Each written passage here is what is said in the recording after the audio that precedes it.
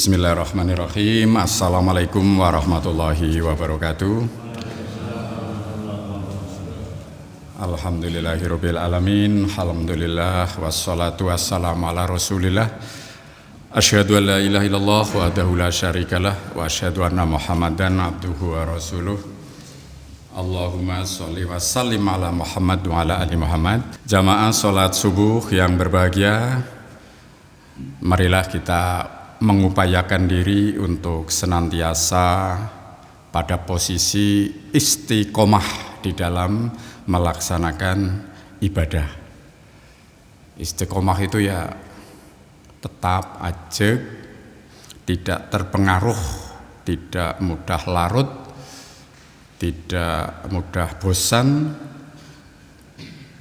juga tidak mudah ngembes. Jadi istiqomah ajeg jumblek, akeh batire ya tetap semangat, dewekan ya tetap semangat, ana sing ndorong ya tetap semangat. Bahkan kalau perlu dicaci pun tidak boleh ngembes, iya dicaci maksudnya. Dina mering masjid dina kok masih pelit bae umpamanya kan loh usana dicaci gitu, kayak malapik sing ora ning masjid kae lakone ya kan bagian dari, tetapi kita harus tetap istiqomah ajeg. Tadi ada angin kencang, ada mungkin halilintar menggelegar, kita tetap istiqomah. Orang-orang yang istiqomah pahalanya melimpah. Allahumma amin. Kita lanjutkan perbincangan kita, perbincangan endeng-endengan, mengingatkan saja barangkali di antara kita ada yang ya perlu di-upgrade gitu kan, mengingatkan. Jadi sebenarnya softwarenya sudah bagus, hanya mungkin perlu ditambah. Melanjutkan pembicaraan yang sudah, ini kita apabila mau memasuki ibadah sholat ada salah satu syarat ya. Kalau syarat itu sesuatu itu dikerjakan sebelum memasuki wilayah pelaksanaan, itu kalau syarat. Kalau rukun adalah hal-hal yang harus dilakukan ketika perbuatan itu di jalan dilakukan. Syaratnya makan ya berarti syarat ya ana piring, syarat kan ana nasine. Rukunnya makan ya ana lambene bareng, ana piringin ana mung lambene rapet ora bisa mlebu. Rukun itu berarti sudah masuk di wilayah, Kalau syarat itu ya syaratnya gawe omah ya duwe watu, duwe bata gitu. Kalau rukun itu yang sudah masuk di dalamnya, berarti kudu tukange itu sudah masuk ya. Untuk sholat ini yang menjadi syarat sah itu adalah masuknya waktu sholat. Terlalu mudah memang untuk kita yang berada di zaman kekinian mengetahui waktu sholat, tapi kita bisa bayangkan zaman-zaman terdahulu ketika belum ada teknologi, ya memang sholat hanya dengan perasaan. Tadi kalau di negara-negara Arab Timur Tengah bisa langsung ru'yah, menyaksikan fenomena alam. Tapi kalau di negara-negara Asia yang sering turun hujan, maka sholat itu ya dengan perasaan, dengan keyakinan. Karena waktu itu belum ada teknologi waktu semacam itu. Lalu dalilnya cetha sekali, innas sholata kanat ngalal mu'minina kitabam mauquta. Jadi tidak boleh sholat sembarangan orang nganggo waktu. Waktunya ini sudah cetha, sudah tegas. Kemudian yang kedua, Bapak Ibu sudah kita lewati saya kira, posisi kita harus suci bersih dari hadas besar maupun hadas kecil. Hadas besar yaitu yang disebabkan karena hubungan suami istri, mungkin karena haid, karena juga nifas bagi ibu-ibu. Hadas besar dibersihkan dengan cara membersihkan hadas besar, hadas kecil juga dibersihkan, disucikan dengan cara hadas kecil. Artinya saya umpamanya sudah berhadas besar posisinya, kemudian saya renang di Kutasari sehingga basah kuyup, bahkan pakai sabun berkali-kali, pakai sampo lebih dari sekali, kan bersih sekali. Kalau mau menggunakan logika, wong hadas besar baik wis bersih, ya otomatis hadas kecilnya ikut bersih. Tidak demikian. Jadi ya mandi kita hanya menghilangkan hadas besar, sedang untuk hadas kecilnya kita harus melakukan wudhu. Jadi tetap wudhu walaupun kita sudah mandi besar untuk menghilangkan hadas kecilnya. Ini yang harus kita ulangi perbincangan, barangkali ada yang keliru. Jadi dasarnya juga kuat sekali tentang toharoh ini, ada di dalam ayat Al-Quran, juga ada di dalam hadis. Bahkan agak tegas, layak balullahu sholatan, Allah tidak akan menerima sholat kita tanpa toharoh. Itu tadi, toharoh dari hadas besar maupun dari hadas kecil. Jadi ya aja nanggung-nanggung, kadang-kadang butuh hadas besar, nanggung-nanggung mau kebingungan, angel kanyeben apa kepanasan gitu. Ini ya memang harus ada semacam penjadwalan yang rapi lah kayak gitu. Sebab kalau hadas kecil sih wong ya tidak melibatkan membersihkan seluruh badan, maka ya mungkin tidak terlalu berat. Tapi kalau yang hadas besar tadi dibutuhkan kegiatan bernama mandi begitu. Rambutnya harus basah semua, tidak boleh hanya ucur gitu, tapi ya serius gitu loh menghilangkan hadas besar.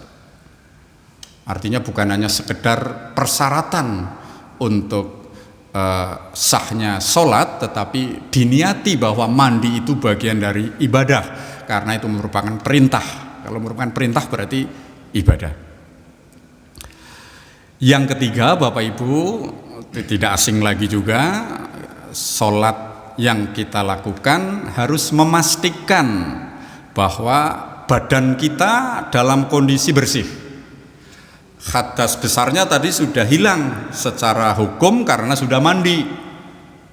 Kemudian hadas kecilnya yang disebabkan karena kentut, karena tidur, karena menyentuh ya kemaluan begitu, atau antara putra dan putri ada perbedaan pendapat di dalam hal ini oleh para imam madhab.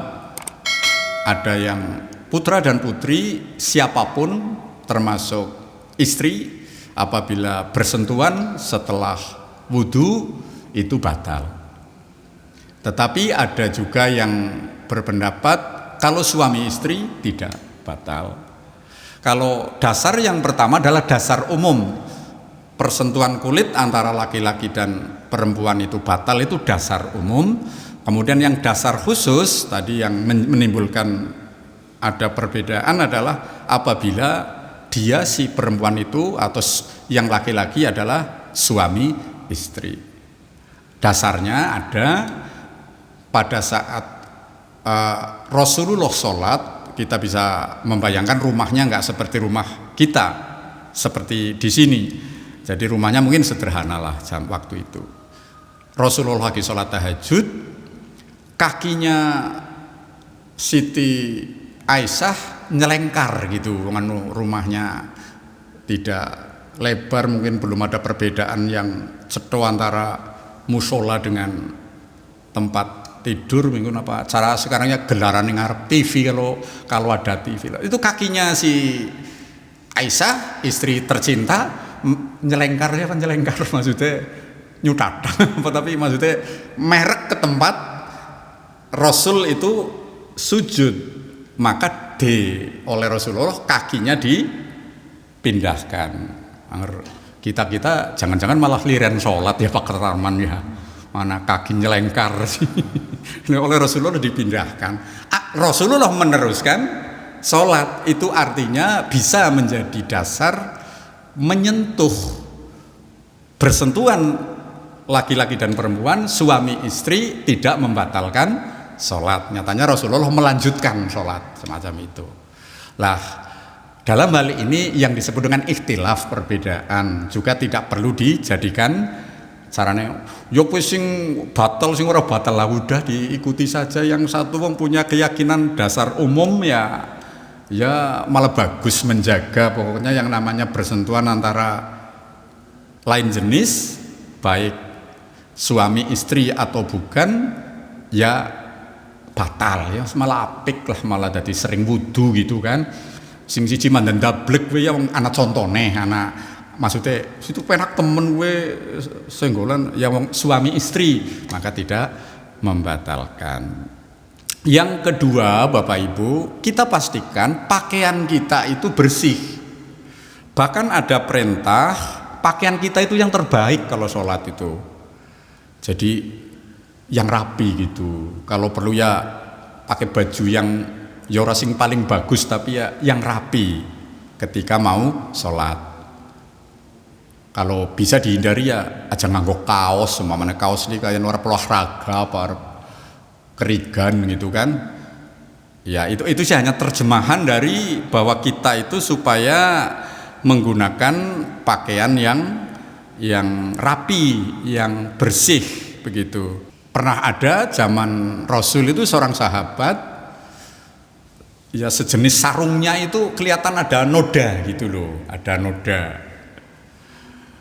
Lalu ditanyakan oleh sahabat yang lain, ya Rasul, itu si Dadap apa si Waru itu kok sarungnya ada noda bekas nun sewu ya sperma gitu ya. Artinya mungkin waktu itu belum ada pembeda sekali seperti sekarang, ada cover bed, ada selimut, kemudian ada baju tidur itu. Memang waktu itu ya sangat sederhana. Maka Rasulullah memberikan penjelasan, jika pakaianmu terkena hal-hal sejenis itu, kalau dalam kondisi basah mesti harus dibersihkan dulu. Boleh menggunakan itu, boleh menggunakan. Artinya nodanya itu harus dibersihkan. Ya nun sewu, mungkin diantara kita juga masih ada yang sempat sarung itu bisa digunakan yang go jamaah, yang go krodong, malah terkadang go bal-balan. Orang yang go sarung kan ada sepak bola sarung, lalu sarung go kemulan lah. Ya go caranya ya go apa tegese go berdekapan dengan suami istri kan ya memangnya ngati-hati gitu loh, maksudnya mbok terlupakan. Nah, maka pada posisi diketahui itu basah, itu harus dibersihkan dulu. Tetapi kalau kering artinya ya caranya kering lah, itu boleh. Nah, mudah-mudahan kita di zaman seperti kita ya nggak sampai sejorok itulah, maksudnya sampai alat sarana untuk sholat kok dicampur aduk kayak gitu. Jadi ya sarungnya ya lipet lah, sing ngarep nggo tidur ya tersendiri kayak gitu kan. Artinya ora tadi loh ngono dadi golek nuci kok kakean domai karo ibune sarung akeh temen gitu kan. Ibune sok marah-marah apa itu sama bapaknya, sarungnya akeh siji besi kene ngapa sarungku mambra-mambra.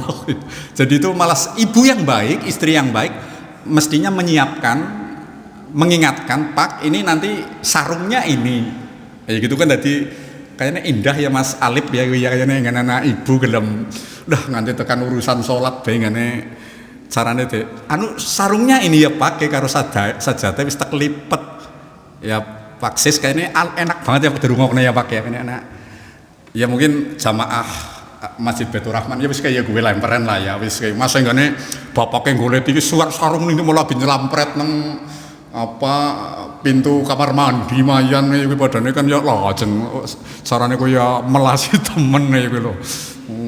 Urung di setrika kayak malah nguvel lho, jeneng nguvel campur karo apa bae ya. Saya kira ibu-ibu yang solehah, karena itu juga ibadah, menyiapkan, memberikan fasilitas kepada bapak, kepada suami, tadi perangkat sholat, tapi sebaliknya bapak juga jangan terlalu egois, hanya senengnya menunggu disiapkan sarana tetapi tidak memberikan daya dukung ya. Artinya kita harus saling memberikan dorongan itu.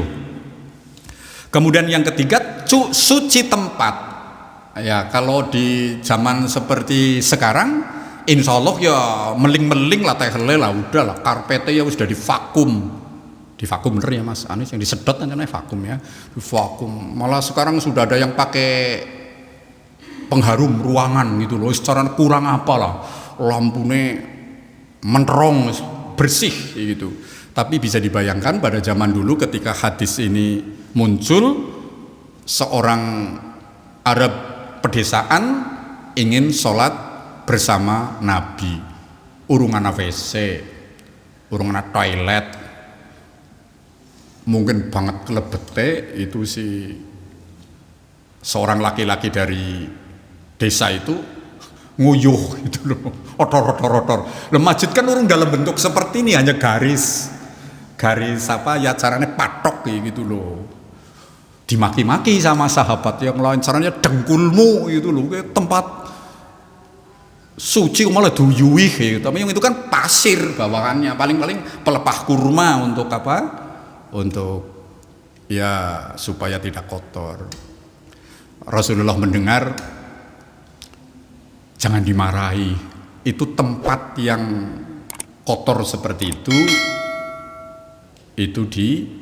cukup disiram dengan air, apalagi memang padang pasir, sehingga kalau disiram cepat kering dan kotoran yang ada di dalam permukaan pasir itu cepat masuk. Jadi ini ada kepastian Bapak Ibu, kita suci badannya dari berbagai tadi hadas dan najis, serta hadas besar maupun hadas kecil. Kemudian pakaiannya selain rapi, tertib, juga tadi tidak terkotori dengan noda-noda yang menunjukkan bahwa kita itu jorok begitu. Lalu untuk tempat, ya sekali lagi ya, untuk kita ini insya Allah di rumah-rumah kita sudah ada sepetak ruang walaupun sederhana yang memang peruntukannya untuk sholat ketika harus sholat di rumah dengan keluarga. Saya kira itu yang bisa kami sampaikan sementara, sampai kepada syarat sholat, sampai ke syaratnya adalah tadi suci badan, suci pakaian, dan juga suci tempatnya. Mudah-mudahan bermanfaat. Billahi taufiq wal hidayah. Assalamualaikum warahmatullahi wabarakatuh.